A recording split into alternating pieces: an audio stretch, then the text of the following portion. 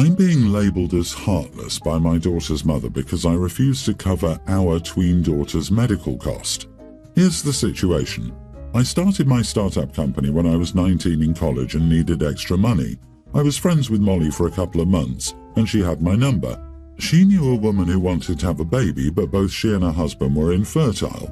The woman hired Molly and wanted to use her eggs, and Molly asked me to donate my part. I agreed, we did the deed, and they paid me well so I could start my business.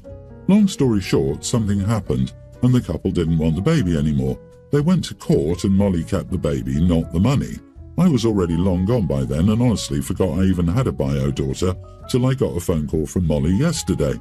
To sum it all up, my bio daughter was recently diagnosed with type 1 diabetes. The doctor gave her a list of things that she now needs to survive, like a blood glucose meter, test strips, lancets, insulin syringes, or pen needles. Without insurance, all these items cost over $1,000. Molly doesn't have insurance or anything to her name since she dropped out of college for a baby she couldn't afford. Before I could call anyone a liar, Molly sent me plenty of proof of medical papers of her daughter and the needed cost. However, I told her no and reminded her that she fought in court to keep her and I wasn't paying a thing. But I'm guessing she didn't like my laughing tone because she began shouting. She began railing on how the first thing I say is no when I found out my daughter I've never met needs medical care. But I repeated my answer and told her I wasn't arguing about something I'd already decided on. But that's when she threatened to sue me for child support, shouting how I haven't paid anything in all these years and she'll drain me dry, calling me a greedy, selfish person who could easily afford to pay for her daughter's medical bills without me even noticing anything left my account. She even dared to say all the money I have rightfully belongs to our daughter since I used the donor money to help my startup, which is now very successful, but I immediately hung up and blocked her. I didn't feel like being continually threatened and screamed at for a child who isn't my responsibility. I'm about to have a child of my own with my wife and don't need this kind of stress. So am I the idiot for refusing to pay for my daughter's insulin even though I can't afford it with ease? I came on this story fully ready to rip you a new one and call you a massive idiot. But, much to my surprise, you're not the idiot. You were a donor in the formal sense, not the snarky deadbeat dad sense, and you absolutely didn't sign up for this. Everything that happened after your donation was utterly unforeseeable. You were never a father figure to the child and never was supposed to be. This simply isn't your child in anything but the most technical sense. She's just desperate. Was your donation done with legal representation? A contract? Based on the scenario you've presented, you're a donor and nothing more. Molly considered you as such until she needed money. Is she offering you visitation, a chance to get to know the child or any role at all in the child's life? In any case, you may want to consult a lawyer. Based on a possible mandated DNA test, the state you or she is in could enforce child support. You donated with good intentions and those intentions should not be held against you. Wait. So by donating you mean you just had intimacy with Molly? Dude, if you didn't do this legally with a sperm bank, you will lose if she says that you got her pregnant and you have no legal documents proving that you donated sperm and have no responsibility over this child. If this is the case, you are the idiot and also a dumb idiot for doing something like that in such a shady way. Yep, you are probably screwed if she sues you. OMG, so he just donated the old-fashioned way, in which, congrats daddy, it's a girl. OP is legally screwed, I bet. Chances are a lawyer can tear apart the legal paperwork. It's legally his child, and she could sue for child support. Dude, it sounds like you met some folks who asked you and Molly to make them a baby and they paid you both a hefty sum to do it. It doesn't sound like you went through a formalized institution because donations don't pay the amount of money you're insinuating you got. Tell your wife what you did and pay for some of the kids' medical care. Then maybe next time you'll think long and hard about this before just donating to anyone. My eldest is going to get married soon and I have a beautiful wedding dress I promised my daughter that she could wear. It's basically a beaded ball gown. I have issues with my future daughter-in-law. It's nothing major, but she spread words I didn't say. I'm only 44. In the beginning I thought she was misunderstanding what I was saying, or I said something that made her mad, so I started to interact with her only through texts or when other people were around. I haven't had to use any of my messages until now. She tried to call me earlier this week, and I told her I was busy and to text it. I'm glad I did. She wanted to use my wedding dress and to do alterations to it. I told her no, since I promised my daughter that it was hers. The next day, I got a ton of texts from family members about me not being welcoming and telling her that she wasn't my kid. I got so many that I just took screenshots of the texts and sent them to the whole family. The entire family was upset she lied to them. I got on a FaceTime call with my son and her. My daughter was in the room during this. She gave me an apology and I told her not to do it again. Now my son and she are angry that I didn't say I forgive you. Am I the idiot? Not the idiot. She sounds like a drama hound who molds the world around her until she's a victim. Exhausting. Stand your ground. Just because she has your son whipped doesn't mean everyone else has to kowtow to her. If you haven't forgiven her, why would you say such? Then you'd be the liar. Honestly, I bet the only reason the future daughter-in-law wanted forgiveness was that she could twist it around and be like, so since you forgive me, I can get the dress now, right? Daughter-in-law is sneaky and it'll get worse. Just keep safeguarding yourself and urge your daughter to also start doing this. Honey, hang on tight because there is a fun joyride coming your way with this daughter-in-law. The audacity to ask for someone else's wedding dress that they're keeping for their daughter and then complain to other people about it. Yeah, she's trouble. I have 3 entitled sisters-in-law who think they own the world, and my family needs to bend over backward for them. My mom and siblings did, but I didn't want to be a part of that drama, so I went no contact. They spread a whole bunch of lies about what my family did to them, and the world believed them. Keep all your conversations via text. You sound like a smart woman. Keep your distance to keep your son and your own home happy. My sister has been having a hard time with her husband. She's the breadwinner and mom of their 2 kids. She works hard all the time and him not at all. He was unemployed for 10 years and only after the global issue did he get a call center job. Later, he's been accusing her of having an affair. It's really taking its toll on her as it's not true and she doesn't have time for this crap. He's been doing this for years. They had kids and the accusations stopped, but they started again a few months ago. She asked me for advice. I suggested that they have the Life 360 app on their phone so he can see where she is at all times to prove he's talking crap. Not the best suggestion, I know, but when I suggested divorce in the past before the kids, it didn't go down too well. Anyway, I offered this app to hopefully buy her some time to think, etc., etc. She told him about it. He immediately shut it down, refused to have the app, and as far as I know, the accusations ceased immediately. I found this suspicious. So if you're convinced she's cheating, wouldn't you like to track her whereabouts? Unless you have something to hide and therefore don't want to be tracked yourself. I told my sister this, and now she's upset with me, blocked me, and told me to screw off. Am I the idiot for getting suspicious? Edit, I was in her position once, so I felt qualified to help when she asked. I eventually left my ex as it turns out he was the one cheating. Since my sister wants to put up with this, the tracking app was the only viable advice I could give. Not the idiot, but I'd just stay out of this from now on. I agree with you that he sounds suspicious. I hate saying that.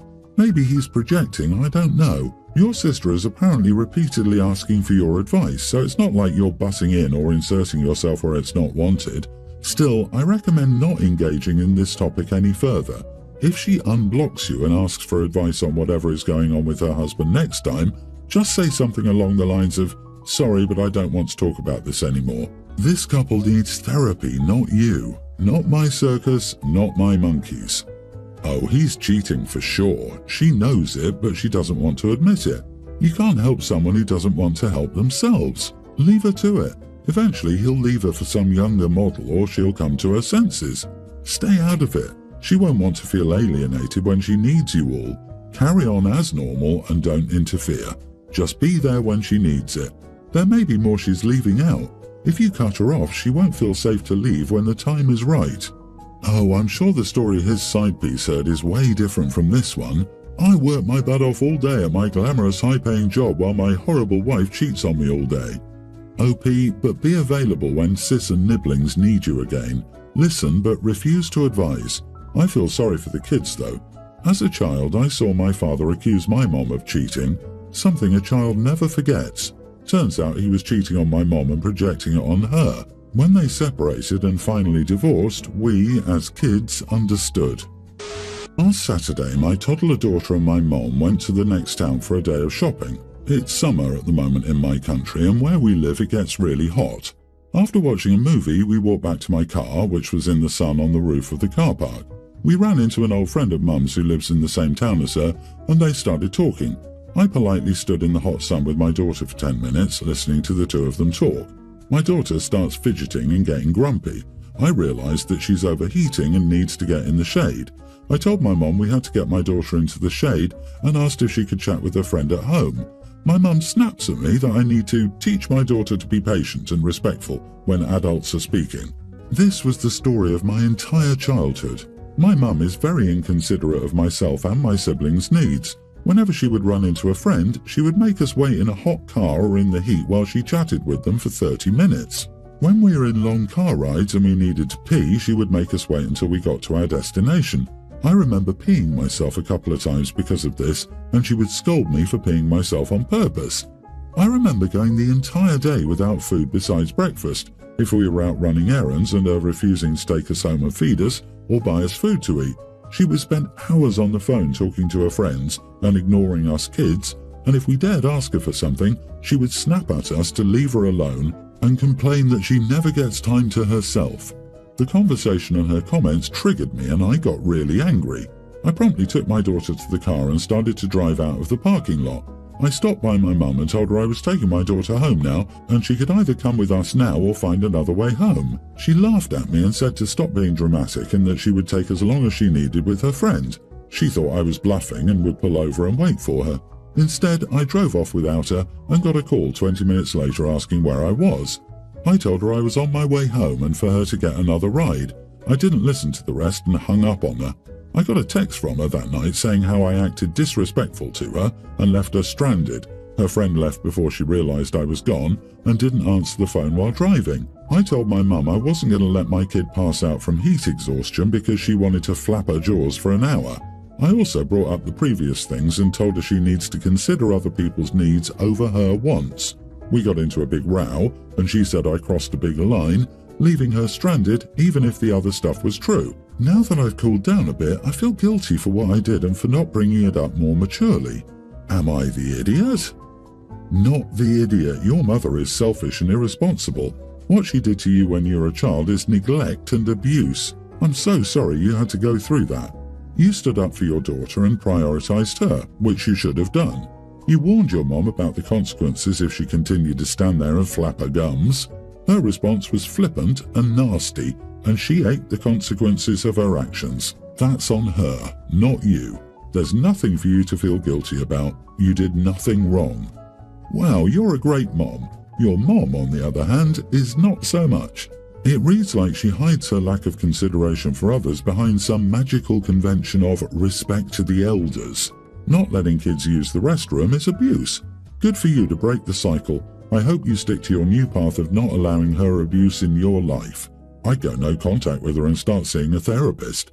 The nonchalant way you described her actions means you don't see the damage for what it is. I think now that OP has taken back her power, the mom has no way to abuse her anymore. OP now has the opportunity to take the good parts of her relationship with her mom and be impervious to the attempts at abuse. No contact is quite painful for the victim, so unless OP isn't able to handle her mother, which she has shown she can, there's no need for her to put herself through that. I, male 24, am afraid of dogs. I have been for a long time thanks to a traumatic experience from when I was a teenager. I'm able to pet smaller dogs, e.g. poodles, but with anything even medium size I do my best to stay away from them. People in my life know about this and are generally understanding, including my girlfriend Viv, 23, who I live with. One of Viv's friends was leaving the country for a couple of weeks to tend to a family matter and asked Viv if she'd be willing to take in her German Shepherd while she was gone. Viv decided to run this by me and I said I didn't want a big dog in my living space. Once I told Viv this, she immediately countered that it would only be for a couple of weeks and would be a good way to overcome my fear. I then reiterated that I wasn't comfortable having a dog that size in my apartment, and this escalated into an argument in which she told me that my phobia wasn't that bad and to get over it. I then gave Viv an ultimatum. If the dog comes into our apartment, I'm staying with a friend for the time he's there. She then called her friend to tell her she couldn't take the dog in but has given me the cold shoulder since. In what world is a German Shepherd going to help with your phobia? She clearly cares more about the friend than she does about you. You gave her the wrong ultimatum. She chooses the dog or you, period. Your girlfriend is a total idiot and I cut my losses, thankful that I discovered early on how dismissive she was of my mental health. Not the idiot, of course. It's your apartment and you don't have to get over anything. This person could get a dog sitter. I don't think being afraid of dogs even matters. If you don't have a dog, then why the heck would you want a dog in your apartment for 2 weeks? Like, no thanks. They smell. That's it right there. I don't want my apartment to smell like a dog. That should be enough. I have a theory on why she's giving you the cold shoulder. She accepted dog sitting because she thought it would help you, and your rejecting her efforts is hurtful. Is there a reason you refuse to make an effort to get over your phobia? I have a few myself, and I've been trying my best to get over them with therapy and everything. You're overreacting, but you can make these phobias go away if you put effort in. Update. I talked to Viv about this and we came to a compromise that she go to her friend's place to dog sit during the day and come home at night when apparently another friend will tag in. We also had a long talk about boundaries and respecting each other, and she apologized for her behavior. So I'm sure that'll upset some of you, but no breakup is imminent.